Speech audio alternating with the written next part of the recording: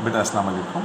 आज हमारी क्लास जो है वो चैप्टर नंबर 2 से हो रही है और ये क्लास फिज़िक्स की मैट्रिक की क्लास है, ठीक। और इस चैप्टर का नाम है मेजरमेंट। सबसे जो पहली बात है, मेजरमेंट को कहते क्या है? मेजरमेंट को कहते हैं पैमाइश, नाप, सिंधी में माप चांदा से, ठीक।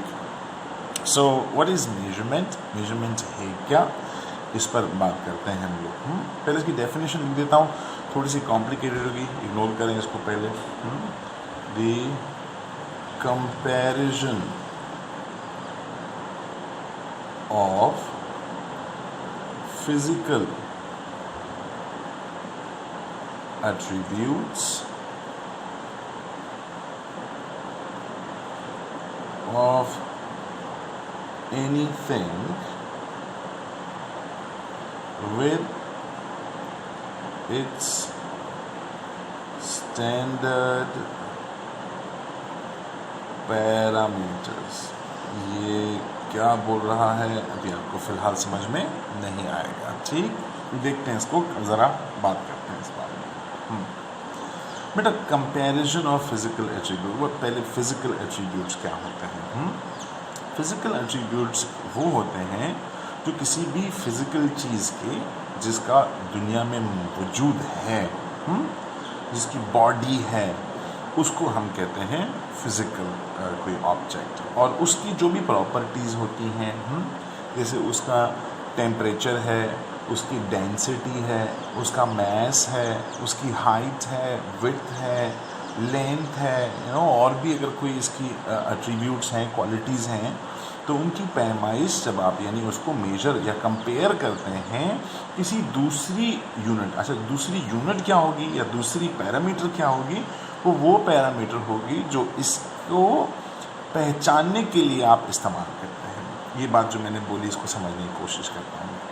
मान लीजिए मेरे पास एक kg का बट्टा हो, आप बट्टे को स्टैंडर्ड मास कहते हैं, स्टैंडर्ड मास कहते हैं। और आपके पास एक शॉपर है जिसको आप मेजर करने जा रहे हो, वो जो शॉपर है वो 5 kg का है।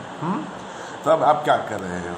आप कंपेयर कर रहे हो उस चीज़ को जिसका मेजरमेंट आप कर रहे हैं उससे कि जो उसका स्टैंडर्ड पैरामीटर है, स्टैंडर्ड पैरामीटर है। स्टैंडर्ड पैरामीटर क्या होता है, या केजी क्या चीज़ है, मीटर क्या चीज़ है? बेटा ये हमारे सारे आपस में डिस्कस किए गई चीज़ें हैं। जैसे नाम है, मेरा नाम है शफ़ीउल्लाह, ये मेरे वालिद साहब ने सोच समझ के डिसाइड किया कि अब लोग इसको शफ़ीउल्लाह पुकारेंगे, तो आज मुझे शफ़ीउल्लाह पुकारते हैं लोग। मोबाइल का नाम, पेन का नाम, ऐसे रखे गए ना बेटा। इस तरीके से ये जो शुरू में नाम रखे गए थे वो उनके स्टैंडर्ड पैरामीटर हैं। और हम जिस चीज़ को मेजर करते हैं, हम कंपेयर करते हैं उसको उसके किसी स्टैंडर्ड पैरामीटर से। ये उसका कौन सा फिज़िकल एट्रीब्यूट है? ये उसका मैस है। अगर कहीं 1 मीटर, 1 मीटर में यहाँ पर इसका ये स्टैंडर्ड रख देता हूँ। आपने देखा होगा ना, वो पठानों के पास कपड़ा मेजर करने का एक होता है, स्टिक होती है। ये जो दुकान वाले होते हैं, कपड़ा बेचने वाले, इनके पास भी 1 मीटर स्टिक होती है ना, वो आपका स्टैंडर्ड लेंथ होती है। उसको आप मेजर किससे कर रहे हैं? आप 5 मीटर की एक लेंथ से मेजर कर रहे हैं। मान लीजिए वो 5 मीटर की जो लेंथ है वो कपड़े की है, पीस ऑफ क्लॉथ की है, पीस ऑफ क्लॉथ की है। तो अब आप क्या कर रहे हैं बेटा? आप कंपेयर कर रहे हैं इस पीस ऑफ क्लॉथ को किसके साथ? उसके, ये हम कह रहे हैं ना 5 मीटर, जो हम कह रहे हैं 5 मीटर, दिस इज कंपैरिजन। जो 5 मीटर हम कह रहे हैं, हम कहना चाह रहे हैं 5 times of a standard parameter, standard parameter, यानी 5 गुना बड़ा है उस स्टैंडर्ड पैरामीटर से। वो क्या था? Meter. So it is 5 times of a meter. Standard parameter क्या है? केजी। ठीक है, and is 5 times of that standard parameter. उम्मीद आपको मेरी बात समझ में आ रही है। यानी मेजरमेंट का मतलब कंपैरिजन क्यों हुआ?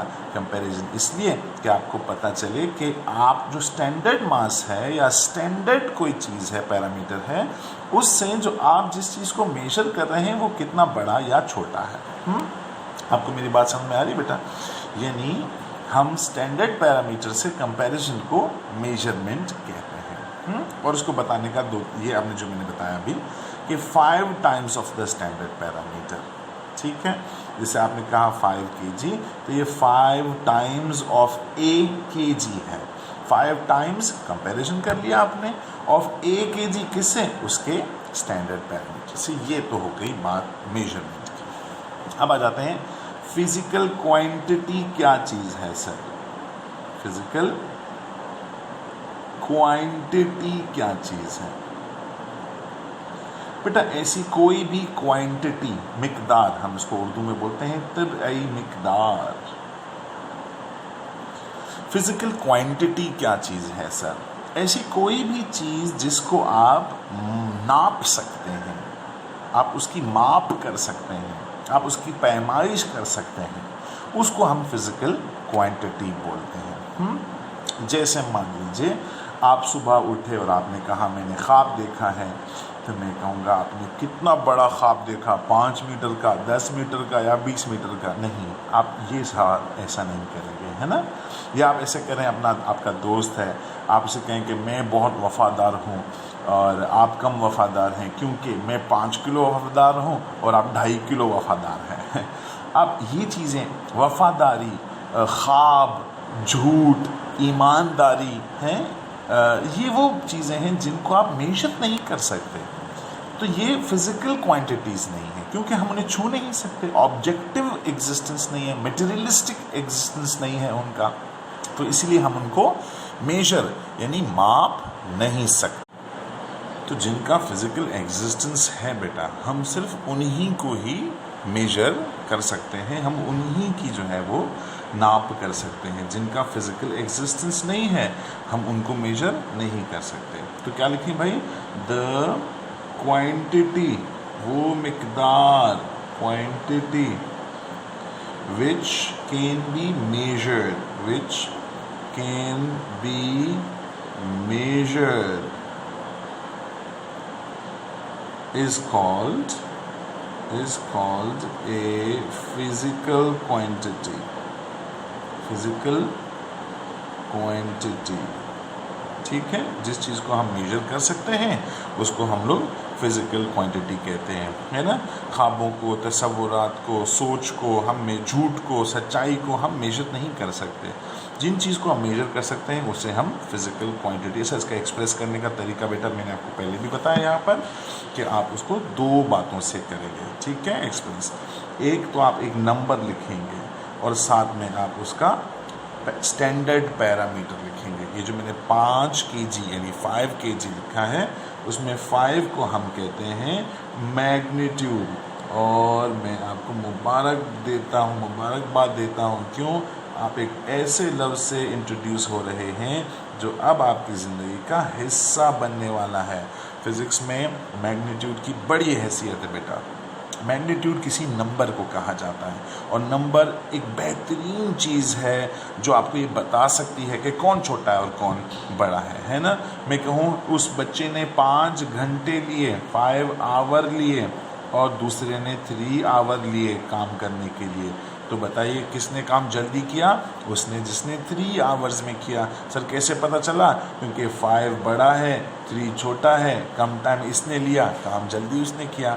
मैं 6 फीट का हूँ और कोई बंदा जो है वो 4.5 फीट का है, तो वो मुझसे 1.5 फीट छोटा हो गया। इसका मतलब ये हुआ कि ये जो नंबर है 5, 6, 4, 3, 1.5, 2.5, ये सारे मैग्नीट्यूड कहलाते हैं और ये चीज़ों का साइज़ बताते हैं, है ना।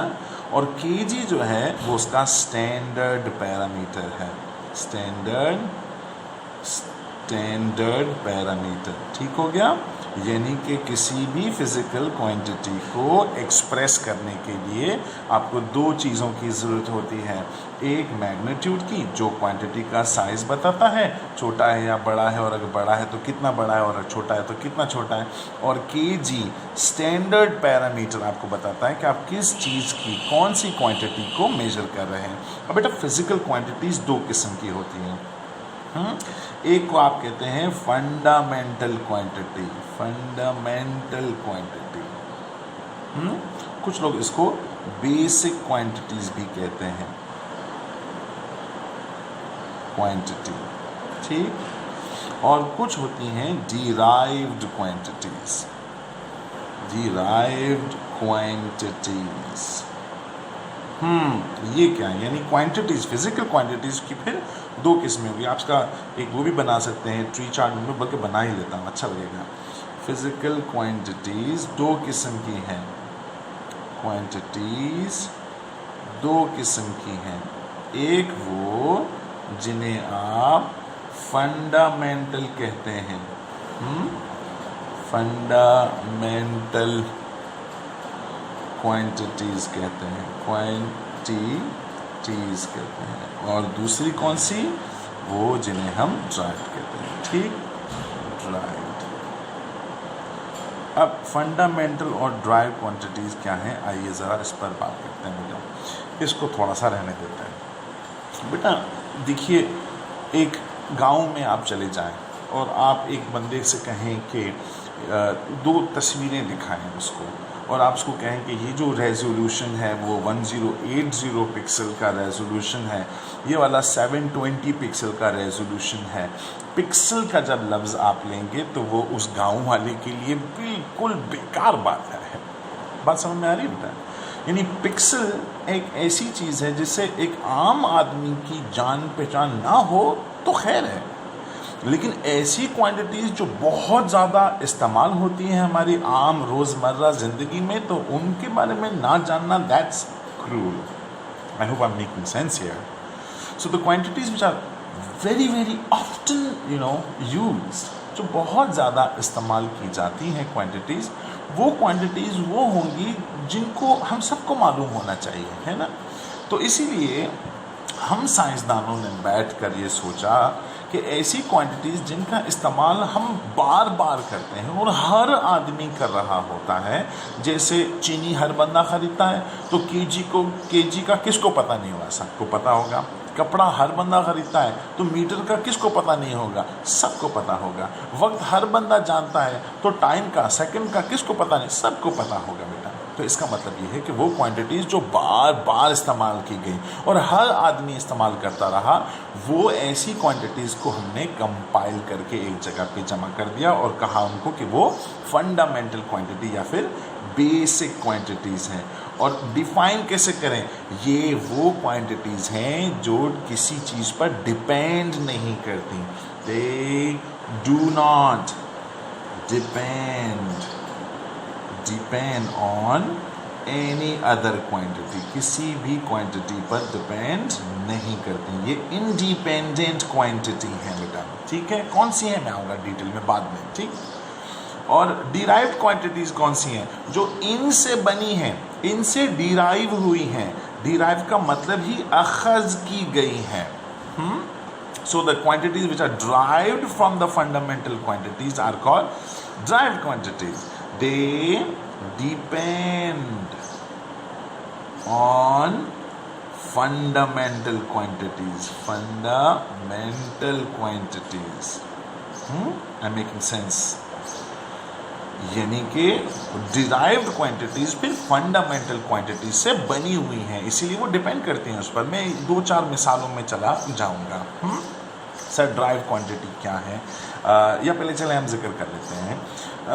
इससे पहले बेटा, यानी हमारा जो SI सिस्टम है, SI सिस्टम क्या है? सिस्टम ऑफ मेजरमेंट है, जो इस वक्त करंटली अप्लाइड है। अभी हम लोग जो सिस्टम इस्तेमाल कर रहे हैं उसको हम SI सिस्टम कहते हैं, सिस्टम ऑफ मेजरमेंट, ठीक है, SI सिस्टम। तो उसमें, इस सिस्टम में तो ज़्यादा क्वांटिटीज़ में, लेकिन पहले ज़माने में हम सिर्फ 3 क्वांटिटीज़ को बहुत ज़्यादा इस्तेमाल किया करते थे, है ना। लेंथ यानी लंबाई, ठीक। उसके बाद मैस यानी कि कमियत, वज़न नहीं कहना चाहिए इसको, कमियत कहें, कमियत। आप वज़न से अगर जानते हैं तो वज़न रख लीजिए। लेंथ, मास और टाइम, वक्त। बेटा ये वो 3 फिज़िकल क्वांटिटीज़ हैं जिनको बहुत ज़्यादा इस्तेमाल किया जाता है और हर आदमी इनके बारे में जानता है। तो इन 3 क्वांटिटीज़ को स्टैंडर्ड क्वांटिटी, फंडामेंटल क्वांटिटीज़ या फिर बेसिक क्वांटिटीज़ माना गया। लेंथ, मास, टाइम, लेंथ, मास, टाइम। ज़्यादातर एक सिस्टम ऐसा था जिसने लेंथ, मास, टाइम को स्टैंडर्ड क्वांटिटी नहीं उठाया, एक चेंज उठाया था, वो मैं आता हूँ डिस्कस करता हूँ। यानी लेंथ, मास, टाइम चूँकि बहुत ज़्यादा इस्तेमाल होने वाली क्वांटिटीज़ थी बेटा, इसलिए फिर इनको बेसिक क्वांटिटीज़ यानी कि फंडामेंटल क्वांटिटीज़ बोला गया। ठीक है। एसआई सिस्टम में फिर इनको बढ़ा के 3 से बढ़ा के 7 कर दिया गया, उसका जिक्र हम बाद में करते हैं। ठीक है। ये तो मिसाल हो गई आपके लिए किसकी, फंडामेंटल क्वांटिटी की। सर ड्राइव्ड क्वांटिटी क्या है, मैं फिलहाल बेसिक बताना चाहता हूँ। ठीक है। जैसे बेटा एरिया है किसी चीज़ का, एरिया मेरे कमरे का एरिया है, तो मैं कैसे मालूम करूं? सर आप एक काम करें, इंची टेप उठाएं, लेंथ मेजर करें और उसको फिर विड्थ से मल्टीप्लाई कर दें। मोटाई, कमरे की मोटाई लेकर और उसकी लंबाई यानी लंबा कितना है वो और ये मोटा कितना है वो, मतलब उसकी विड्थ क्या है, उसकी चौड़ाई क्या है ना, याद आ गया लफ्ज़। तो लेंथ और विड्थ को मल्टीप्लाई करने से हमें क्या मिल गया? एरिया। मगर बेटा इंची टेप ही इस्तेमाल हुई लेंथ मेजर करने की, विड्थ के लिए भी फिर इंची टेप इस्तेमाल की, मतलब चीज़ वही इस्तेमाल की जो लेंथ को ही मेयर करती है। तो ये भी लेंथ है और ये भी लेंथ है, विड्थ भी लेंथ है और लेंथ भी लेंथ है। तो जो एरिया हुआ वो किसके ऊपर डिपेंड करने लग गया? वो एक फंडामेंटल क्वांटिटी लेंथ, दूसरी फंडामेंटल क्वांटिटी लेंथ, इन दोनों पर डिपेंड करने लग गया एरिया। तो एरिया खुद क्या हुआ? क्या वो उन 7 फंडामेंटल क्वांटिटीज़ में से है या इन 3 में से है? नहीं। तो एरिया क्या हुआ? डिराइव्ड। भाई किससे डिराइव्ड? फंडामेंटल क्वांटिटी से डिराइव्ड। एक मैं मिसाल और देता हूँ, इसको फिर कॉम्प्लिकेट नहीं करूँगा। ठीक है। वेलोसिटी यानी रफ्तार क्या होती है? सर ये डिस्प्लेसमेंट, कितना फासला तय किया आपने कितने कम टाइम में, इसको कहते हैं हम वेलोसिटी। इसके ऊपर एरो लगा देता हूँ क्योंकि ये वेक्टर क्वांटिटी है। डिस्प्लेसमेंट यानी मैं ए से बी की तरफ गया भाई, तो ये किससे मेजर करूँगा? सर इंची टेप से। अरे इंची टेप से तो लेंथ मेजर होती है सर, डिस्प्लेसमेंट लेंथ ही तो है। तो वेलोसिटी का मतलब ये हुआ कि वो लेंथ है और नीचे क्या लिखा हुआ है? टाइम। ये रहा टाइम। तो इसका मतलब ये है कि ये लेंथ और टाइम से मिलकर बनी है एक क्वांटिटी वेलोसिटी। सर क्या ये उन 3 फिजिकल क्वांटिटीज़ में से है? नहीं। तो सर ये फंडामेंटल क्वांटिटी नहीं हुई, ड्राइव क्वांटिटी हुई। उन 7 में से तो नहीं है सर ने, नहीं उनमें से भी नहीं है। तो इसका मतलब ये हुआ कि वेलोसिटी क्या है? एक ड्राइव क्वांटिटी। और ऐसी ढेर सारी, सिर्फ 7 ऐसा ही सिस्टम में बेटा, इसमें 7, मैं आऊँगा इसकी डिटेल में। 7 क्वांटिटीज़ रखी गई हैं एसआई सिस्टम के अंदर और बाकी जितनी भी आप देखते हैं वो सारी की सारी डिराइव्ड हैं। वो किससे अखज़ की गई हैं? फंडामेंटल क्वांटिटीज़ से। हमें दोनों बातें समझ में आ गई कि फ़िज़िकल क्वांटिटीज़ की 2 किस्में, फंडामेंटल और ड्राइव क्वांटिटीज़ क्या हैं, हमने डिस्कस कर लिया। अब ज़रा आता हूँ सिस्टम ऑफ मेजरमेंट्स के ऊपर। System of measurements.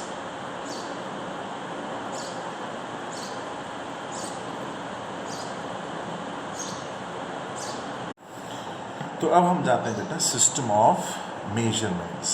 देखिए हम लोग इसको रैंडमली नहीं चलने दे सकते थे। हम ऐसा नहीं कर सकते थे कि हम कोई भी यूनिट जो जिसको मर्जी चाहे आए वो अपना यूनिट बनाता जाए और चीज़ें बेचता जाए। मैं आ जाऊँ एक नया यूनिट बना लूँ, एक्स यूनिट बना लूँ जो कि किलो से आधा हो और मैं लोगों से कीमत उसके किलो में लेता रहूँ। बेटा ऐसा नहीं हो सकता है ना। तो इसका मतलब ये है कि हम एक जनरल एग्रीमेंट पे उतरें जहाँ पर हम ये डिसाइड करें कि आखिर हमें कौन सा यूनिट किसके लिए इस्तेमाल करना है। मास का यूनिट क्या होना चाहिए, उसका स्टैंडर्ड क्या होना चाहिए और उसका वेट क्या होना चाहिए। हम इसके म्यूचुअल एग्रीमेंट पे उतरें। तो इस तरीके के छोटे छोटे एग्रीमेंट्स पास्ट में रहे। पीछे आप हिस्ट्री उठा के देखें तो आपको कुछ 3-4 सिस्टम नज़र आएंगे। मैं इनके नाम यहाँ पर आपकी आसानी के लिए लिख देता हूँ, बाकी डिटेल में जाऊँगा तो शायद कॉम्प्लिकेट हो जाएगा। 1 2 3 4 ऐसे सिस्टम थे जिनको हम लोग इंट्रोड्यूस कर सकते हैं, क्योंकि अब आपकी बुक में भी है। एक का नाम था CGS सिस्टम, ठीक है, वो सबसे पहले आया था। और इसके बाद था FPS सिस्टम, CGS सिस्टम सबसे पहला आया था, FPS सिस्टम था।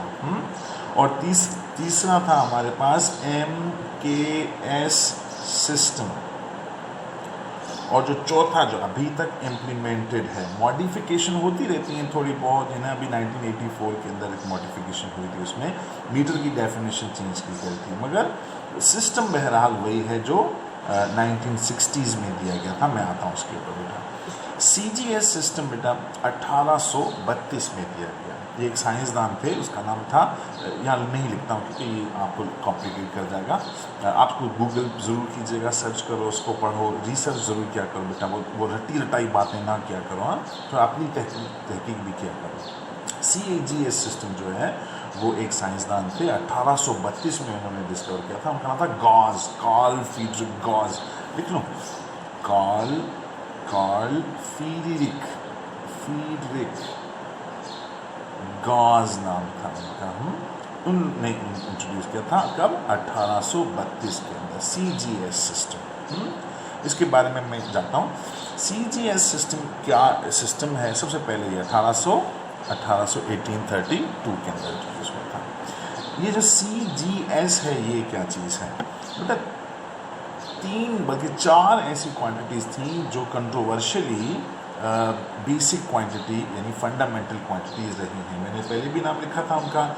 एक थी लेंथ, दूसरी थी मास, तीसरी थी टाइम और चौथी थी बेटा फोर्स। ये एग्जाम्पशन अक्सर आपको टीचर नहीं बताते। लेंथ, मास, टाइम जो है वो फंडामेंटल क्वांटिटीज़ रही हैं पास्ट में, ठीक है, आपको दिखाई दे रहा है ना। तो ये वो क्वांटिटीज़ हैं जो बेसिक क्वांटिटीज़ रही हैं।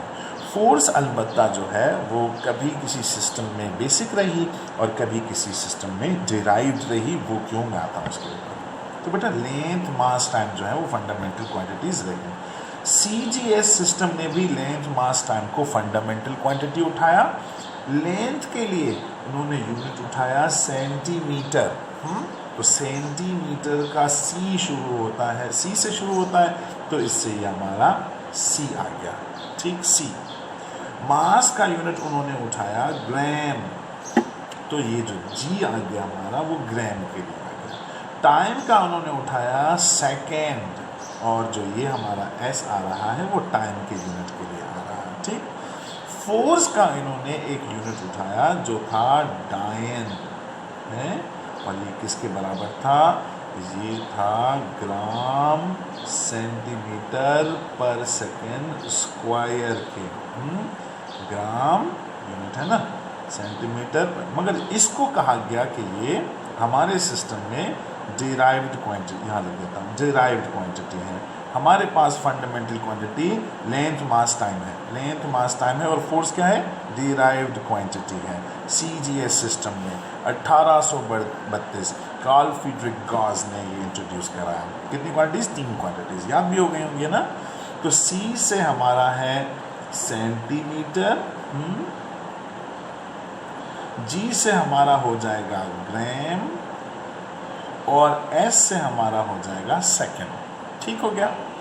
FPS सिस्टम ने एक नया ड्रामा शुरू किया। ये भी एक साइंसदान ने दिया था, उसका नाम था एवीरीट, EVRETTE, और ये दिया था 1861 के अंदर, ठीक है, 1861 के अंदर दिया था, और उसका नाम था FPS सिस्टम।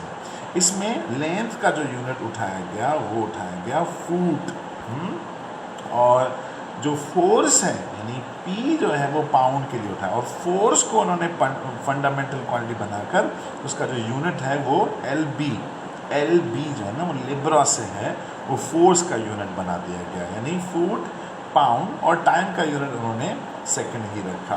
मास को उन्होंने फंडामेंटल के बजाय डिराइव्ड माना और उसका यूनिट स्लग रखा। तो ये जो FPS सिस्टम है उसमें length mass time fundamental quantity नहीं है, length force time fundamental quantities हैं। तो यूनिट क्या हुआ, foot pound second. F foot, यहाँ लिख देते हैं फुट पाउंड, और पाउंड लिख देता हूँ पूरा, पाउंड और सेकेंड हो गया। ठीक है, बातें समझ में आ रही है बेटा आप लोग को। फुट पाउंड और सेकेंड, यानी FP for this is pound और इसका निशानी है LP। फुट पाउंड और सेकेंड। मास का जो यूनिट बनाया गया वो स्लग बनाया गया, और स्लग को फंडामेंटल क्वांटिटी नहीं बोला गया, बोला कि ये ड्राइव क्वांटिटी होगी हमारे सिस्टम के अंदर। बेटा आज आप देखेंगे ना फुट वो आपका 3.17 3.27 मीटर के बराबर हो जाता है, यानी उससे 1 मीटर में 3.27 फीट पाए जाते हैं। यानी अलग अलग, ये पाउंड जो है वो आपके फोर्स के यूनिट से ज़रा बड़ा हो गया है। फोर्स का जो आजकल यूनिट चल रहा है ना न्यूटन, वो 4.448 के बराबर है, यानी 1 पाउंड के अंदर 4.448 न्यूटन होते हैं जो यूनिट है फोर्स का SI सिस्टम के अंदर। बहरहाल इसमें हम फिर कभी डिस्कस करेंगे। ठीक, तीसरा जो बना था वो सिस्टम MKS सिस्टम बना था, और MKS सिस्टम्स का मतलब है कि वो सिस्टम जो, अच्छा ये वही सिस्टम है बेटा, ये जो सिस्टम है MKS बहुत कम अरसे तक चल पाया ये वाला सिस्टम ना। 1889 के अंदर 1889 के अंदर एक साइंसदान थे जिनका नाम था गियोर्गी, इन्होंने इंट्रोड्यूस कराया आपका MKS सिस्टम। और ये वही सिस्टम है जिसकी मॉडिफिकेशन आप देखते हैं SI सिस्टम के अंदर, है ना। ये MKS सिस्टम क्या चीज़ें, ज़रा इस पर आ जाते हैं। इस सिस्टम ने भी लेंथ मास और टाइम को जो है वो यूनिट उठाया, किसका, आपका स्टैंडर्ड क्वांटिटीज़ उठाई। लेंथ मास टाइम को स्टैंडर्ड क्वांटिटी उठाया, किसमें, MKS सिस्टम के अंदर। ठीक हो गया। तो लेंथ का जो सिस्टम था, लेंथ का जो क्वांटिटी यूनिट बना वो कौन सा बना, वो मीटर बना। ठीक, मास का उन्होंने फिर उठाया क्या चीज़, किलोग्राम, और किलोग्राम के से शुरू होता है, यहाँ पे किलोग्राम लिख देता हूँ। ठीक है, और टाइम का उन्होंने उठाया सेकंड। ठीक, तो MKS सिस्टम जो है उसका फिर यूनिट बना लेंथ का मीटर, मास का किलोग्राम और टाइम का सेकंड। तो ये बना MKS सिस्टम। बेटा इसी की मॉडिफिकेशन आप देखते हैं SI सिस्टम में, और ये सिस्टम बहुत अच्छा चला। ठीक है, फिर 1960s तक लोगों ने वेट किया जब जनरल कॉन्फ्रेंस हुई, किसकी, वेट एंड मेजरमेंट की, conference of weight and measurement,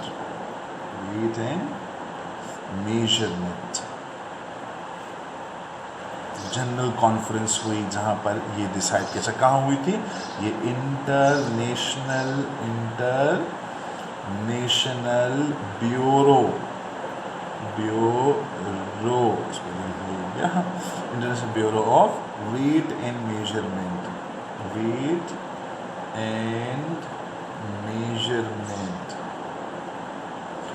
bureau बोलते हैं दफ्तर को, मेजरमेंट। और ये कहाँ है दफ्तर, ये सीवेरी में है, और सीवेरी कहाँ है, ये पेरिस में है, और पेरिस कहाँ है ये तो पता होगा, ये फ्रांस में। ठीक है, यहाँ पर 1960s में कॉन्फ्रेंस हुई और डिसाइड किया गया कि MKS को अब ज़रा हम बड़ा सिस्टम कर देंगे, यानी MKS बहुत छोटा है, लिमिटेड है, ज़रा वाइड रेंज भी आ जाएगी, और कुछ 2-4 नई चीज़ें भी हम इंट्रोड्यूस कर देंगे उसमें। नई चीज़ें क्या थी, वाइड रेंज क्या थी, पहले ये आ जाते हैं। क्वांटिटीज़ को बढ़ा दिया गया, बजाय इसके कि हम लोग उसमें कितनी क्वांटिटीज़ रखें, सिर्फ 3, हमने इसको 7 क्वांटिटीज़ कर दिया। SI सिस्टम के अंदर हमने इसको फिर क्या कर दिया, 7 क्वांटिटीज़ रख दिया। SI system of international units, असल में ये ग्रीक से निकला हुआ है। 7 क्वांटिटीज़ कौन सी हुई, लेंथ मास टाइम तो थी ही, लेंथ मास और टाइम तो थी ही।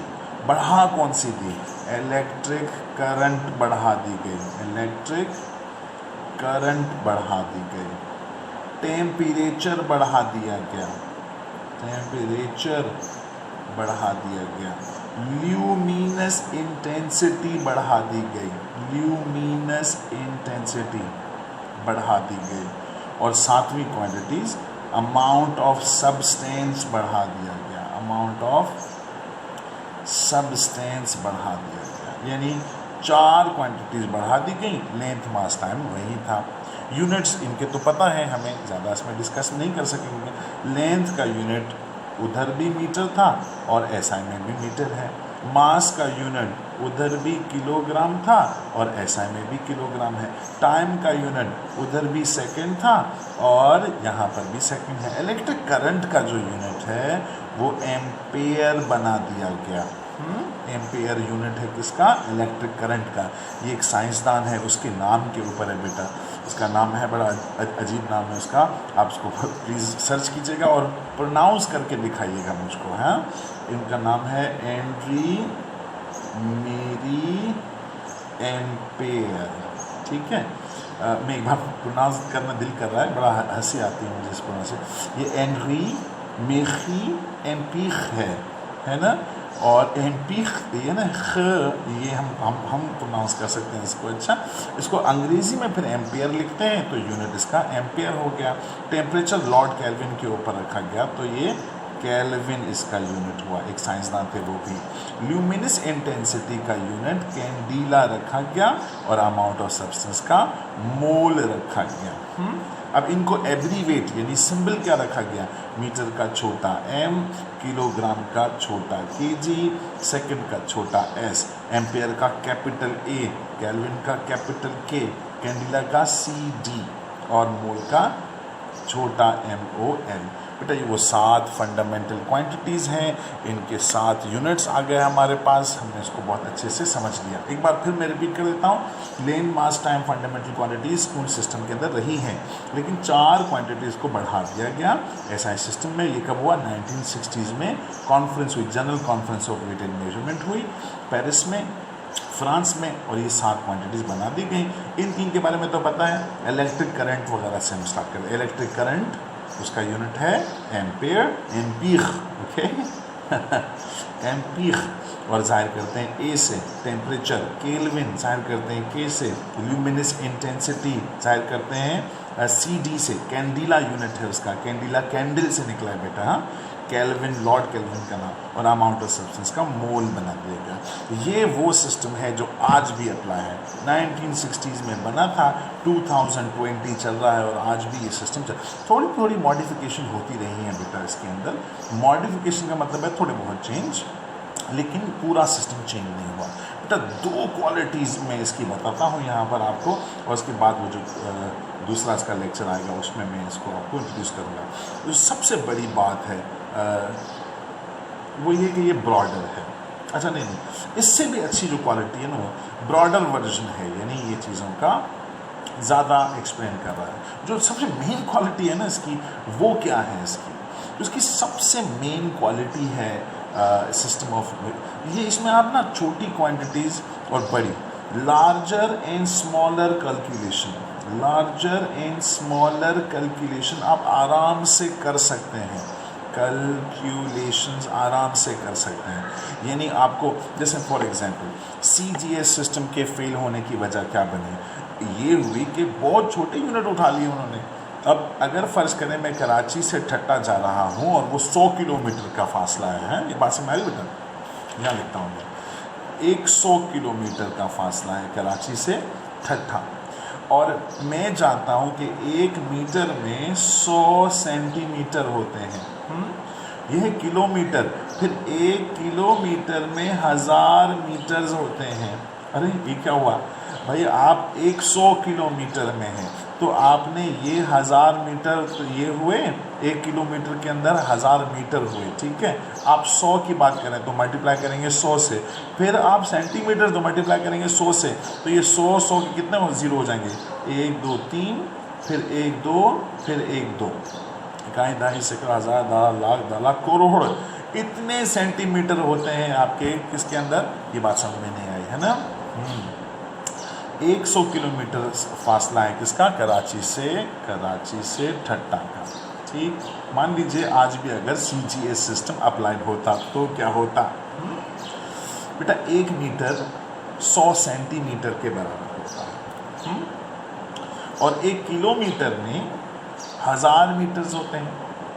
ठीक है, तो 1 किलोमीटर सेंटीमीटर कितने होंगे, तो 1 किलोमीटर में सेंटीमीटर होने चाहिए 1000 मल्टीप्लाई बाय 100, 1000 मल्टीप्लाई बाय 100 कितना हो गया 10 पावर 5, 3 2 और ये 1 2 सैकड़ा 1000 10 लाख, यानी 1 किलोमीटर के अंदर 1 लाख सेंटीमीटर हो गए। डन। पर हम 100 किलोमीटर की बात कर रहे हैं, 1 किलोमीटर की बात नहीं कर रहे हैं, तो फिर क्या करें सर, फिर आप 100 किलोमीटर के लिए के सेंटीमीटर देखने के लिए आप इसी फिगर को फिर आप मल्टीप्लाई कर दो 100 से, तो जवाब क्या आएगा, 5 जीरो ये हैं, 2 ये हो गए, कितने हो गए 7 जीरो, यानी 1 2 3 4 5 6 7, यहाँ पे 1000 है, यहाँ पे ऐसे है, यानी ये 100 लाख यानी कि 1 करोड़ हो गया बेटा। कई 2 सैकड़ा 1000 10 लाख 10 लाख करोड़, 1 करोड़ हो गया। तो अगर फ़र्ज़ करें आज ये अप्लाई होता सिस्टम, तो मैं क्या बोलता, मैं कराची से ठट्टा का सफ़र तय किया है, जो कि कितना दूर है भाई, 1 करोड़ सेंटीमीटर दूर है। अच्छा चलो ये तो फिर भी कर लूँगा ना, बोल लूँगा अगर 2 सैकड़ा 1000 10 लाख 12 करोड़ बोल, तो फिर भी चलो लूँगा। मेजर कैसे करूँगा मैं, 1 2 3 सेंटीमीटर लगा के 1 करोड़ सेंटीमीटर कब पूरे होंगे भाई, इसीलिए बहुत अच्छा। ऐसे इसी तरीके से आप ग्राम का भी देखते हो बेटा, मास का यूनिट जो ग्राम है वो भी इस तरीके से कॉम्प्लिकेटेड है। अगर 1 किलो में 1000 ग्राम होते हैं, 1 किलोग्राम में 1000 ग्राम होते हैं, तो आज तो हम बड़े फंसे हुए होते है ना। कौन मेज़र करता, मैं जाता 1 किलो मुर्गी लेने के लिए, तो जो मुर्गी देने वाला बंदा है बेचारा, वो 1000 बट्टे लेके आता 1 ग्राम के, 1 ग्राम के 1000 छोटे छोटे बट्टे लेके आता, सारा दिन तो उसका 1000 बट्टों को गिनने में चला जाता है ना। वो बहुत छोटा सिस्टम होने की वजह से रिजेक्ट हुआ। तो ये जो की थी किसकी, SI सिस्टम की, उन्होंने प्रीफिक्सेस बना दिए, मीट्रिक सिस्टम कहते हैं बेटा हम उसको, प्रीफिक्सेस बना दिए। उसमें आप छोटी बड़ी जो मर्जी चाहें इस्तेमाल कर लें, यानी आपको छोटा जाना, यूनिट से ग्राम जाना है, ग्राम से उससे छोटा करना है, डेसी में चले जाओ, सेंटी में चले जाओ, मिली में चले जाओ, माइक्रो, जिसमें जाना है जाओ, आप घूम फिर सकते हो आराम से, छोटी यूनिट्स में भी और बड़ी यूनिट्स में भी, क्योंकि आपके पास एक सिस्टम होगा मीट्रिक सिस्टम, और ये बेस 10 सिस्टम है। इसके बारे में हम अगले लेक्चर में बात करेंगे। उम्मीद है आपको मेरी बातें समझ में आई हैं। आज आपका इंट्रोडक्शन था। इस लेक्चर को 5-5, 6-6, 10-10 बार देखो, इसको इतनी बार, रेपिटेशन इसकी, आई टेल यू दिस, आप जिस चीज़ को जितनी बार रिपीट करते हैं, सच हो या झूठ, आपका जहन उसको सच मानने लगता है बेटा। ये बात जहन में रखिए। मैं अपनी बेटी का नाम वेनेसा रखा है, और जितनी बार मैं उसको वेनेसा बोलूँगा, आज से 10 साल बाद, 20 साल बाद, जब मैं वेनेसा का नाम पुकारूँगा, ये कहीं भी होगी, ये मुड़ेगी, है ना। वहाँ पर अगर 1000 लोग भी हों और मैं कहूँ वेनेसा, तो मेरी बेटी ही मुड़कर मुझे देखेगी, because she has been repeatedly told that her name is Vanessa. I hope I am making sense here. तो सच हो या झूठ, अगर आप उसको बार बार रिपीट करते हैं, वो आपके जहन का हिस्सा बन जाता है। Thank you very much. Live long, live happy.